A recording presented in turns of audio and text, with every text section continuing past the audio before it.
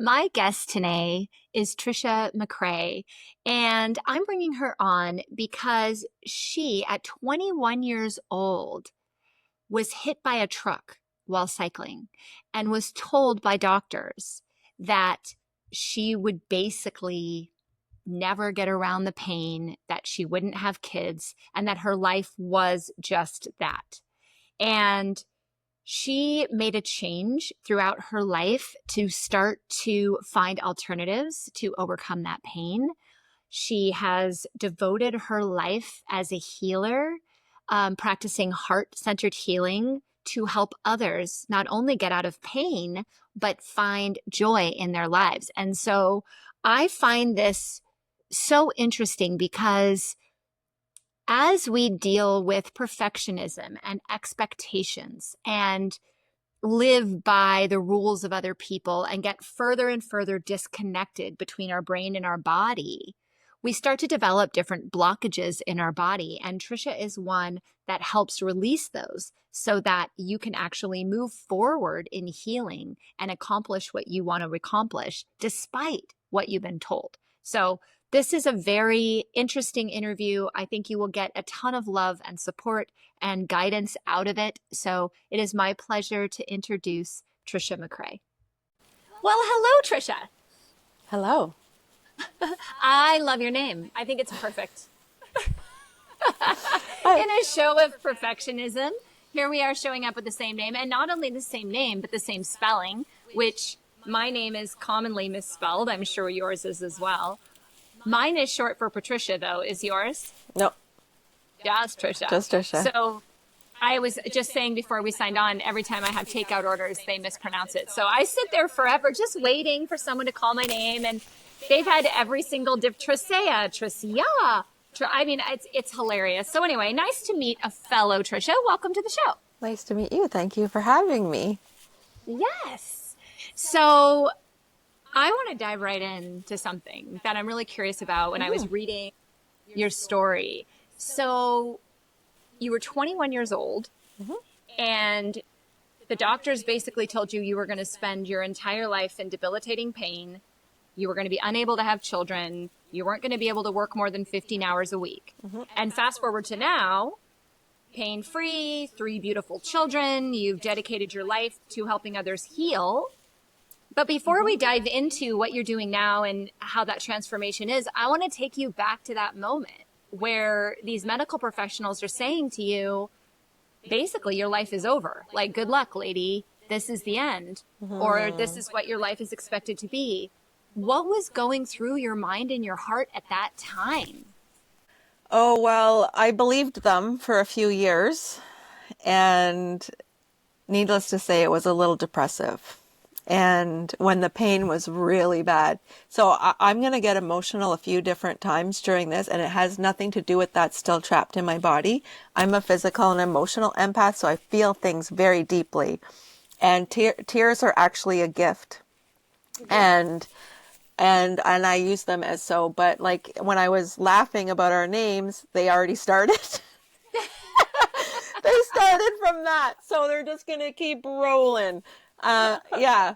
So I believed them for a little bit, and it was really funny because one doctor said, "Why are you still emotional about this? Like this was a couple years ago. You should be over this." And they actually wanted to prescribe me more pain. Like, "Oh, the way your knees look, you should already have knee problems. You will have knee problems down the road." And they couldn't be further from the truth.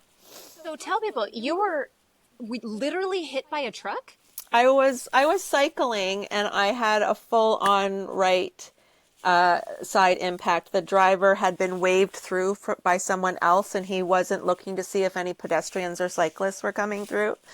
So the passenger of the truck was saying like stop, because he saw me coming, but it was too late for both of us. It was too late for me. Like, you can only put the brakes on so much. So I didn't get, like, it wasn't super violent. Actually, I was hit. It was right full on impact. My hand was crushed a little. I couldn't articulate it very well. What would end up happening later was that one of my psoas would become so tight that it would, my my spine would go left to right.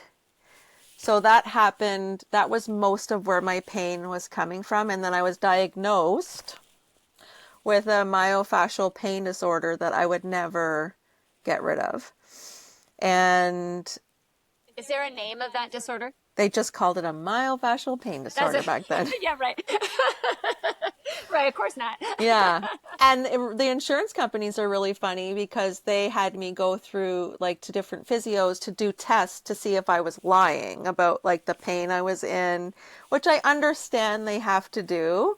But yeah, that's where it all started was different people telling me that I would never fully heal.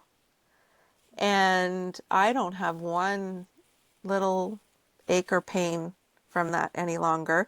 It took me years to figure it out and to unravel it and to start to heal it, but it's completely possible. It just makes me think, just being in the world that we're in of treating people, and I focused a lot on stress and adrenals, and I know how past trauma and past fear responses and things like that can present as pain in the body. Did you, at that point, like if you looked back now, knowing what you do now, did that injury become the fear point that might have held on to pain, or did it like open up blockages from previous that you had to deal with? Like, what was this process when you started to heal? When you said, I'm not going to listen to these people, I'm going to go do this on my own. Did you uncover a lot of trapped emotion or things that you had to do that were completely different and outside of the conventional realm to heal? I feel like that came later. Like it wasn't like I never really had pain from other traumas. It was more that the emotion of what I was being told gets trapped in certain muscles. And That's true. and so when they tell you, I didn't even know if I want, like you're 21 years old, you're not thinking about if you want to have children or not, but then a doctor tells you that you can't, that you shouldn't. They didn't tell me that I can't. They just said it's going to be very hard for you to carry the babies and then you're not going to be able to take care of them because you're not going to be able to lift them and you'll have to have 24/7 help. And it's just to put that on someone when they don't even really know the truth is very, very sad. So, like, to think about people telling, like, doctors telling people that now, like, Yeah. my heart hurts for them. Well, it's gaslighting in some respect Yeah. because, first of all, in all reality, I'm a physician. I don't know someone's future. I can't predict that for somebody. I can only tell them what I'm seeing and give them the education of multiple different options so that they feel well educated, and then have them make a choice and then support them in that choice. And that's all I can do as a physician, right? I'm not a miracle worker. I don't know, I can't predict what's going to happen. And so in those instances, you're so right. I imagine being so young and then being told, well, this is what's going to happen. That then, kind of from the quantum world, like that then puts that thought in your head that I'm never going to get better. This is what it's going to be like for the rest of my life. And then every time you have a different injury or something doesn't go your way, you think, yeah, it's because my life has been told I'm never going to get any better. And I think, in all honesty, so many people get stuck into that mode for a very long time. And hopefully at some point they recognize that need to switch their thought pattern. How long were you stuck? You said you listened to them for a long time. How long were you stuck? It wasn't that bad. I think it was 2 years, but I mean, that's a while. there was times where I actually crawled home from work because on all fours because I couldn't walk. And it was down a street called Elgin in Ottawa, and anyone knows that street. I mean, you don't want to be crawling on any streets, but and then there was a time when it went out. Normally, I could sort of get comfortable in one position, like where I could lay on the floor and I could have my legs up on the couch. But there was one time where I just would not get better, and that was the time that I actually contemplated suicide. Yeah. And was that the point you had to hit in order to find a different route to heal? I think that I just stumbled upon, like, my intuition is very strong. And I Hmm. feel like a lot of people rely on information outside of them. For sure. And maybe that starts in childhood, wanting approval. And Hmm. so we were looking outside of myself for who's going to help me. And there was a switch when I started listening to my intuition, and I wanted to get cranial sacral.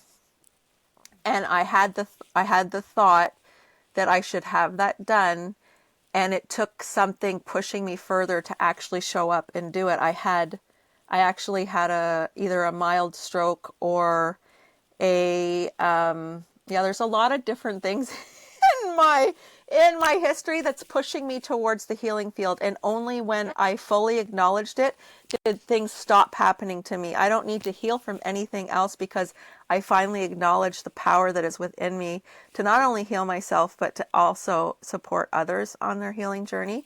So that mild stroke, or they called it a complicated migraine, pushed me to go for cranial sacral, and meeting that person helped me to unravel what was going on in my body. And there was needed to be one final, because when we start paying attention to the pain in our body, Hmm. it does tell us things. And I was in Florida and I felt like some mild, like, tightness in my thighs, and I ignored it. If I had stretched that day, I probably would have been fine. If I did some mild, accepting, loving stretching, I probably would have been fine. I ignored it, and I stepped up on a wall, and that was enough to send that emotional muscle into, I need to contract to feel safe. And so my back was thrown out, and that was the most miserable plane ride home, because I tried to go see someone down there to help me, but I didn't have the tools back then to know what to do. And now I teach everyone that comes to me what to do after they've had a treatment, so that they either don't need to see me again ever, or they might only need to see me one or two more times. I think that's a great aha moment for people, because I see this too when you step and you think, oh, I might have thrown myself out. All your muscles contract, right? They're there to protect you. The body's actually speaking with you. It's saying, I'm protecting you. And we don't always listen. We fight that. So we go and relax it, or we give it heat or whatever. And sometimes we're not listening to the cues as much as it is. So what do you teach people in an event like that? Let's say that somebody steps up on a wall and their body starts to have a reaction. What types of things are you teaching them to do? Is it physical or emotional? Like, tell me, what is it that you are kind of guiding them towards in a nutshell? It's actually both, and it depends on what's going on in the person. So if when someone comes to see me and they're in pain, I'll actually tell them things to do before they come and see me, so that they see that they have more control than they think. Yeah. I did go and treat a couple. I was supposed to only see the wife, and then the wife was like, "Oh, can I give my appointment to my husband because he really hurt himself?"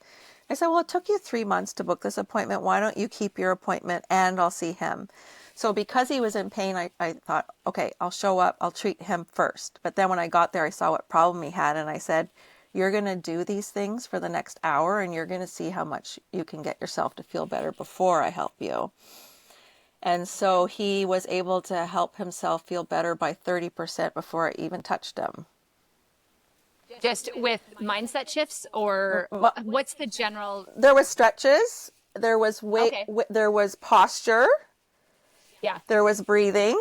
Like, Hmm. so he was having basically the same issue as me. His psoas was tight and he was leaning forward, taking the pressure off of it, which bends you forward and only shortens the muscle further.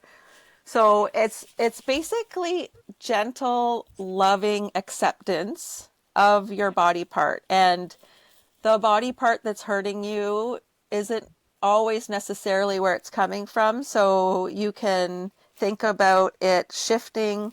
It can, like, I had also a woman who I'd never seen. I still haven't seen her. She had hip pain. Her story was that her hip that the pain was stuck in her hip. So I had a 5 or 10 minute conversation with her, and I said, you can hold on to that story if you want, or you can realize that the pain can move up your body or down your body or just leave your body. So within 2 weeks, she said it started going down. So it had been in her hip for 10 years. One conversation to just tell people what's possible, and it started to move and shift.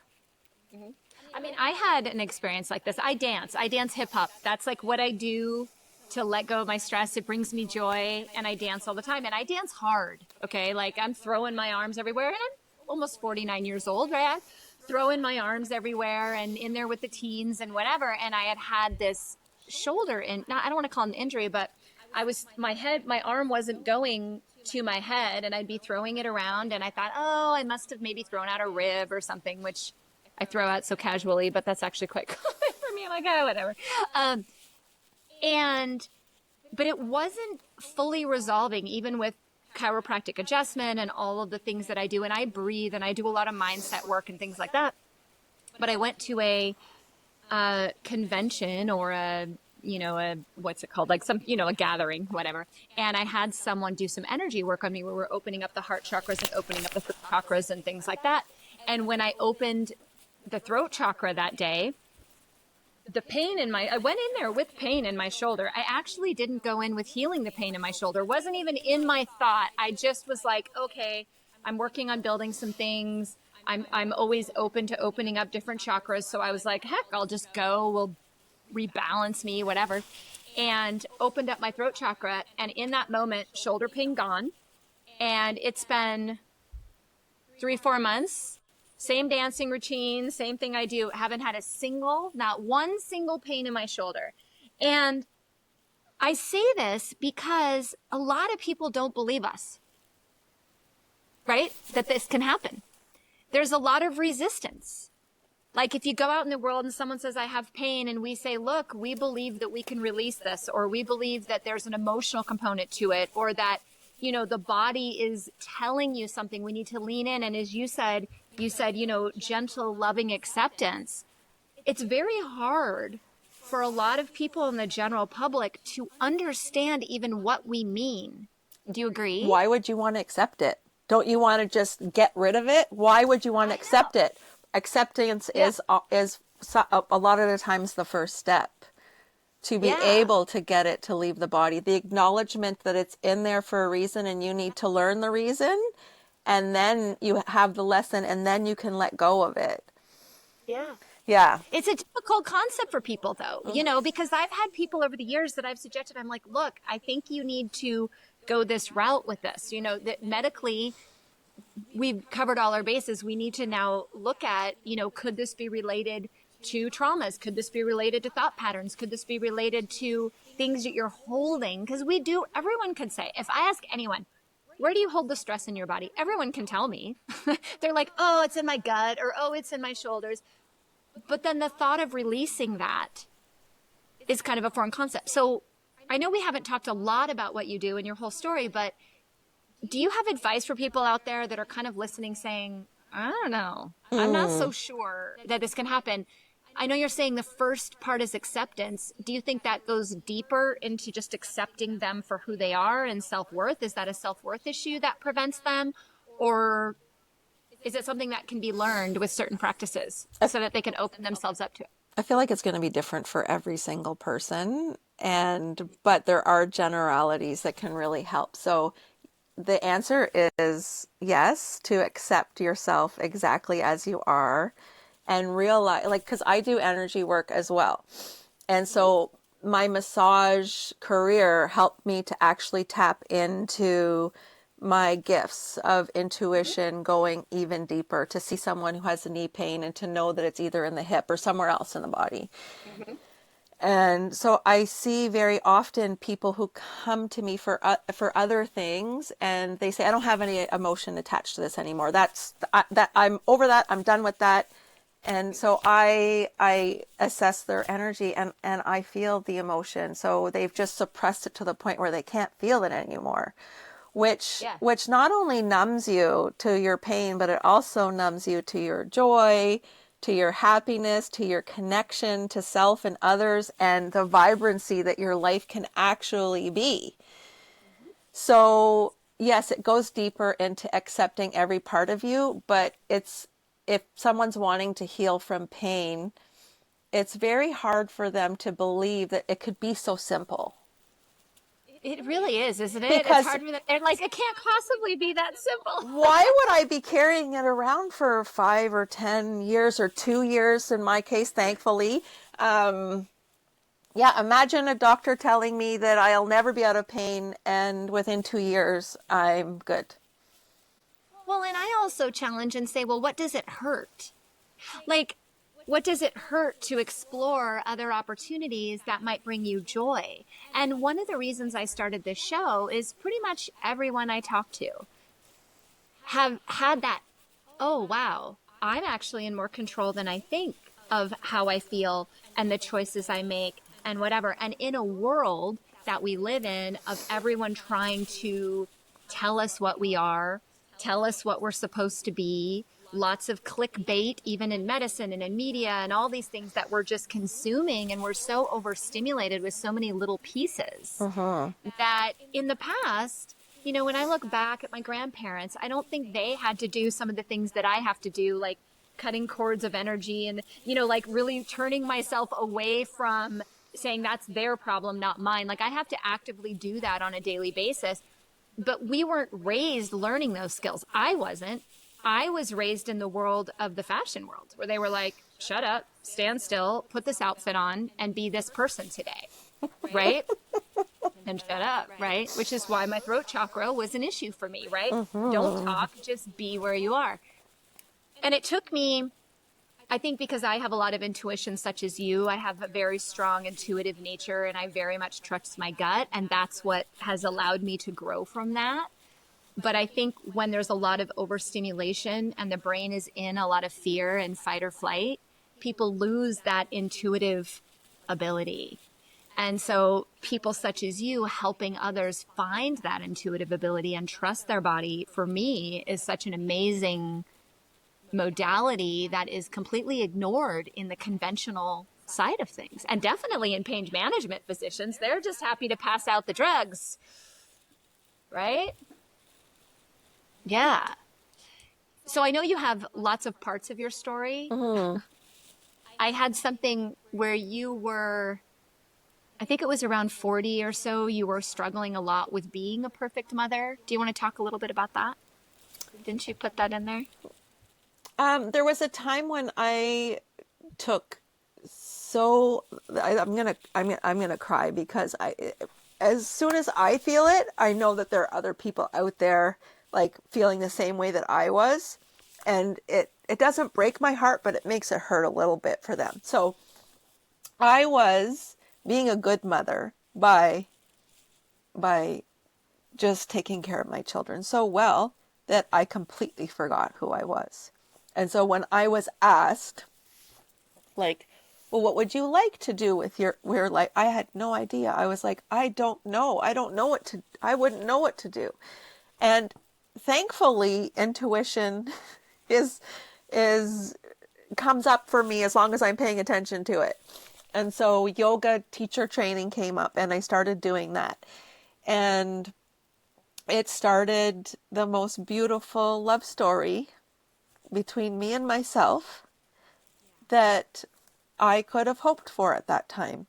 So I became a yoga teacher at 40 and I went back a few times, and just honoring each step, honoring the step that you're on and paying attention to what you need will help you be able to take the next step. We don't have to worry about the next step. You know, a lot of people focus on their big goals and 5 years down the road, but what would honor your life more, in my opinion, and what's served me so much better is to honor the step I'm on and to love myself and to nourish where I am in this moment on this step so that I can take the next step. And the bravery comes through when the next step is shown for you if you've supported yourself enough on the step that you were just on. Well, you're right. I think we write, I mean, I write visions, but I think what I've done differently over the years is I write the vision of where I'm trying to go, but I don't exactly know how I'm going to get there. Mm-hmm. Right. So it's like you can say, well, this is what I want to do with my career. Because a lot of people would say, I don't know, we should be goal oriented. Of course we should.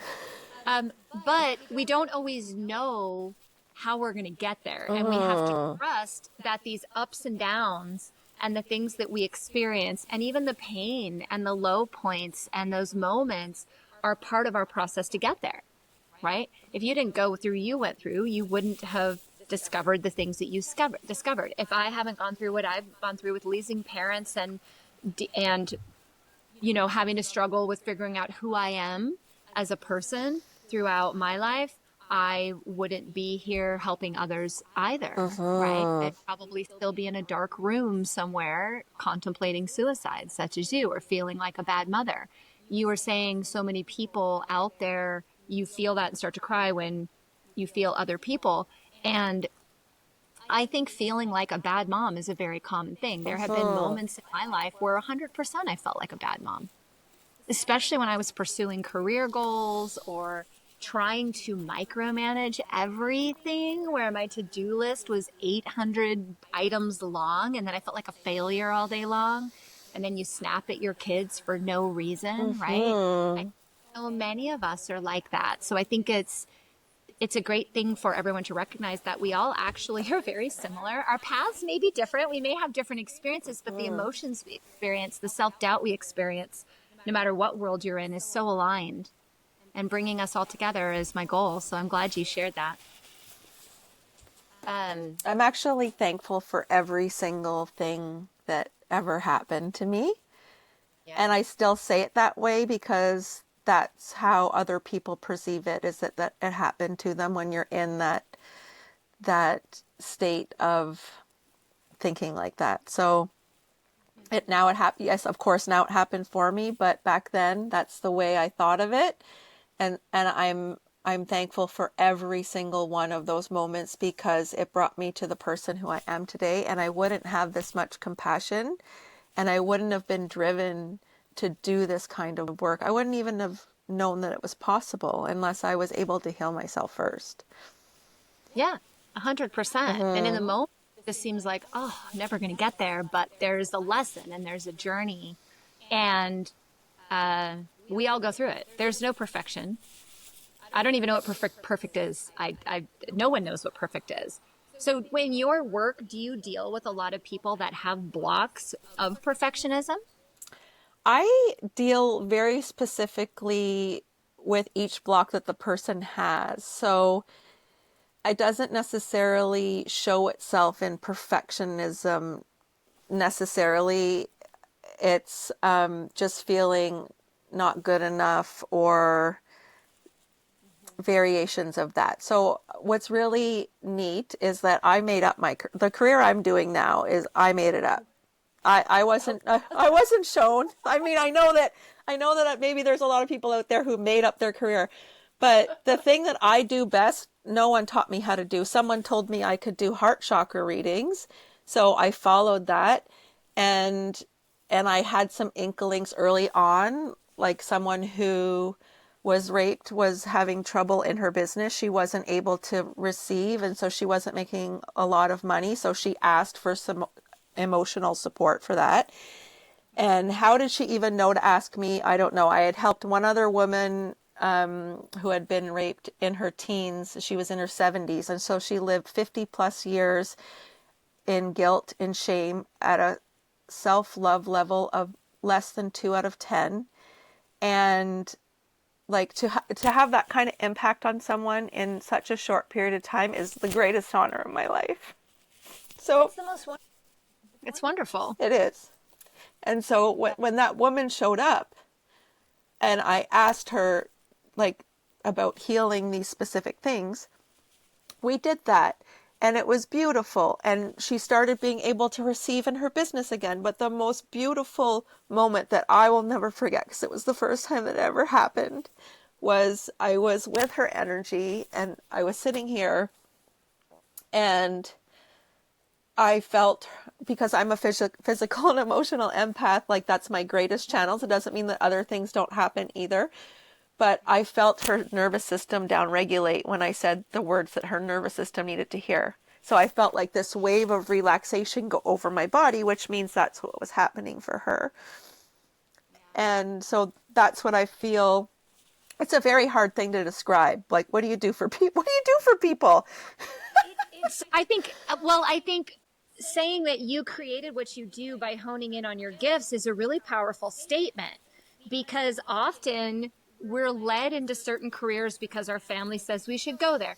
You know, we're thrown into different scenarios because we think it's the right choice, but it goes against our nature or against what we were truly, truly brought to this earth to do. And often I find it takes the world to almost knock us down off our feet, to hit you with the truck, for you to start to recognize the gifts. It's like you hadn't recognized them yet, and you wouldn't have maybe recognized them without having these moments. And that's such a powerful thing that's easy to overlook, as listeners are saying, yeah, well, great. Well, my life sucks right now, you know, this or that. It's like, yeah, but there's a lesson in there to hone in on your true gift and connect with yourself. So I actually love that no one else does what you do and that you hone it. Like, I think that's great. Because I think that's the goal of all of us, right? Is to figure out what brings us joy and do what we were truly put on this planet to do. Mm-hmm. And I was asked once, like, well, what are you working towards? What's your legacy? What's your goal, Tricia? And I was like, I don't know. If today is the last day that I have on earth, I just hope that anyone that came in contact with me says, wow, I'm really going to miss her. I really loved her energy. She was pretty cool. Like, literally, that's the legacy I want to leave. What did I do to get that impression? Was I this famous doctor? Was I this, or that? Doesn't even matter to me. It's how many lives have I touched, or how many energies have I lifted, or how much joy have I spread on a day-to-day basis? And that's my ultimate goal. No idea how I'm going to do that. And that's the exciting part, That's so right? awesome. Yeah. Yeah. So I love that you do this type of work. I love it. I absolutely do. So if you could go back to your 21-year-old self now, what would you say to her as she's laying there in the hospital? Is there any advice you'd give her? Uh, Lean into the pain sooner, like turn and face the pain sooner. Yeah. I mean, the physical pain is different than emotional pain in a little way. It it can feel a little more intricate. Emotional pain is a little easier to move more quickly, but the physical, I haven't met anyone that I haven't hugely impacted with my hands. Yeah. So, people, I only really see people unless they've been in pain for a certain amount of time. I'm not saying you haven't been in pain for long enough, but for their willingness, because I'm not covered, so for their willingness to have to Yeah. pay me out of pocket, there needs to be Yeah. a certain level of willingness. And even though I'll tell people at the beginning of their pain, I'll see you. That's usually a really easy fix. I had someone who I was in nutrition school with, she had sciatica. And so I told her on a certain date, like, oh, that's usually pretty easy to fix if you want to come see me. And so she waited a year. She was taking painkillers to the point where she was groggy every day. And so she posted on Facebook, like, oh, I'm going for x-rays for my sciatica. And I was like, why are you going for x-rays? It's very rare that it would be something that you need an x-ray for. I'm not saying that it's impossible, but 90% of the time, it's usually these few little muscles that need a little help. So she decided to come and see me before her x-ray. And I saw her once and she was out of pain for 3 days. And then I saw her again 2 more times and then she never had a problem again.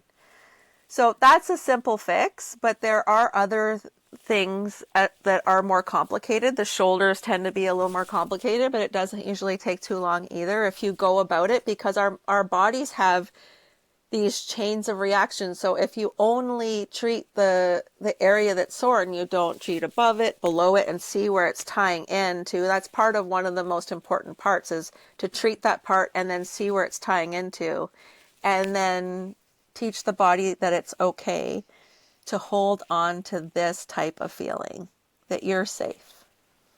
Yeah.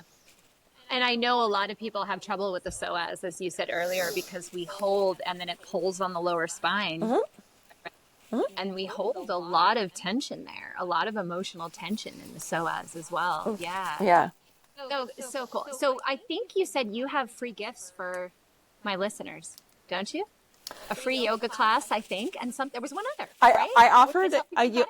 yeah, I offered a yoga class and a meditation. So if I remember that one right, I did it for a community, and every time I do a meditation, it's going to be different because the energy showing up to the meditation is calling for something different, and somehow I know what to say. I can't explain it.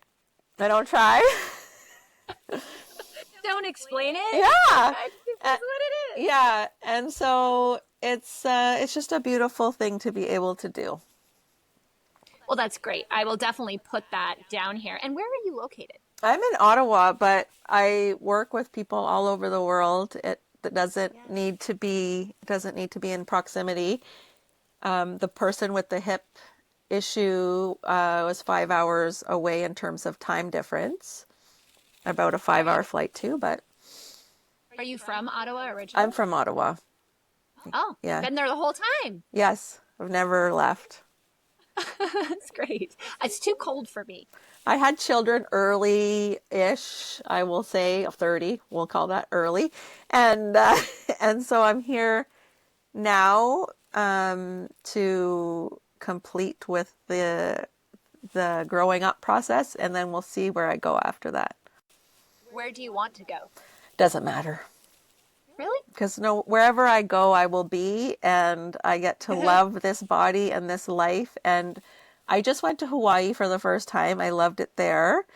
But I also loved when I went to Costa Rica, when I went to, where else have I loved? Yeah. All kinds of It sounds like places. some beaches. It sounds like some beaches might be in your It future. is the beach. I do love the ocean, both places, Hawaii and Costa Rica. I had a moment on the beach.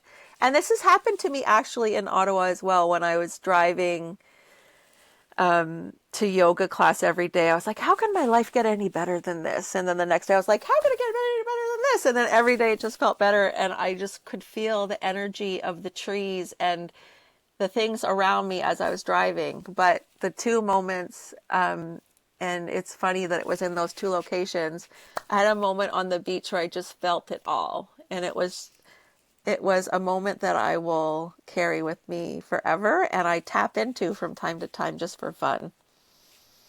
Yeah, to hold on to those moments where you just felt great and going back to that. That's great advice when things are getting low, to remember those places that make you happy and try to go there, right? Try to do something that brings you joy. So that's great. I danced in the rain in Hawaii. It was like a really huge storm, and I just went absolutely beautifully insane in the rain, and it was really fun. Some people were I watching me. love I love to dance in the rain. And it was funny when my husband and I bought our first house. Gosh, this was many, many years ago. We were having a huge monsoon here in Arizona. And I said to him, let's go outside and dance in the rain. And he goes, you are nuts. And I said, no, I just want to go out and dance in the rain. Why not? Like, it's our new house. It's a cleansing. I love it. Let's just go dance. And we did. We went out, and my husband doesn't dance, but I made him dance in the rain. So we danced a little bit. And we come inside, and about 3 minutes later, the eucalyptus tree in our backyard falls and lands right where we were dancing. And I thought, oh boy, maybe I shouldn't go outside and dance in the rain anymore.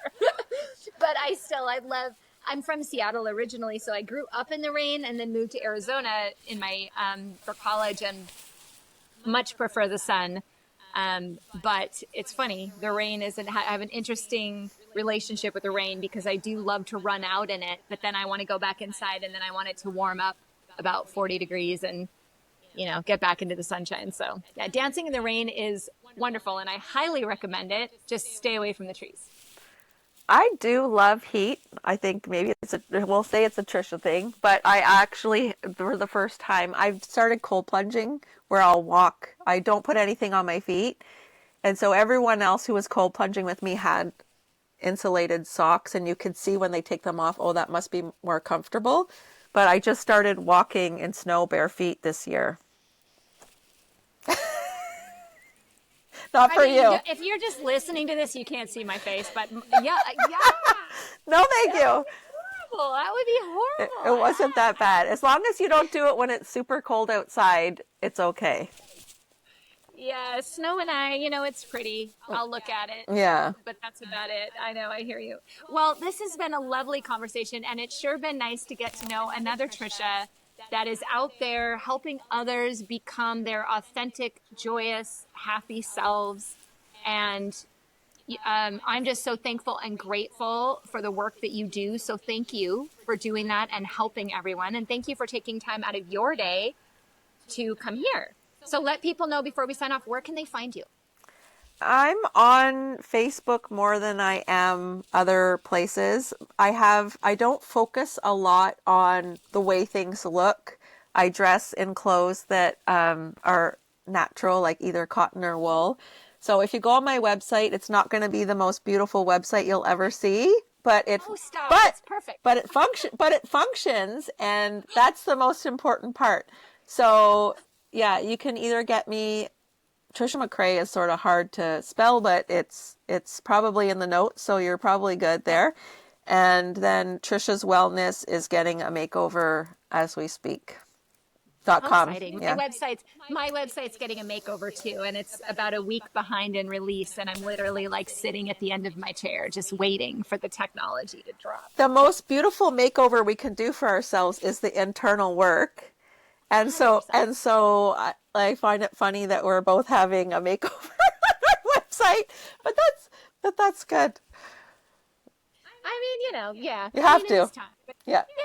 yeah. Well, thank you so much for your time today. I so appreciate you. Thank you. It was wonderful getting to speak with you.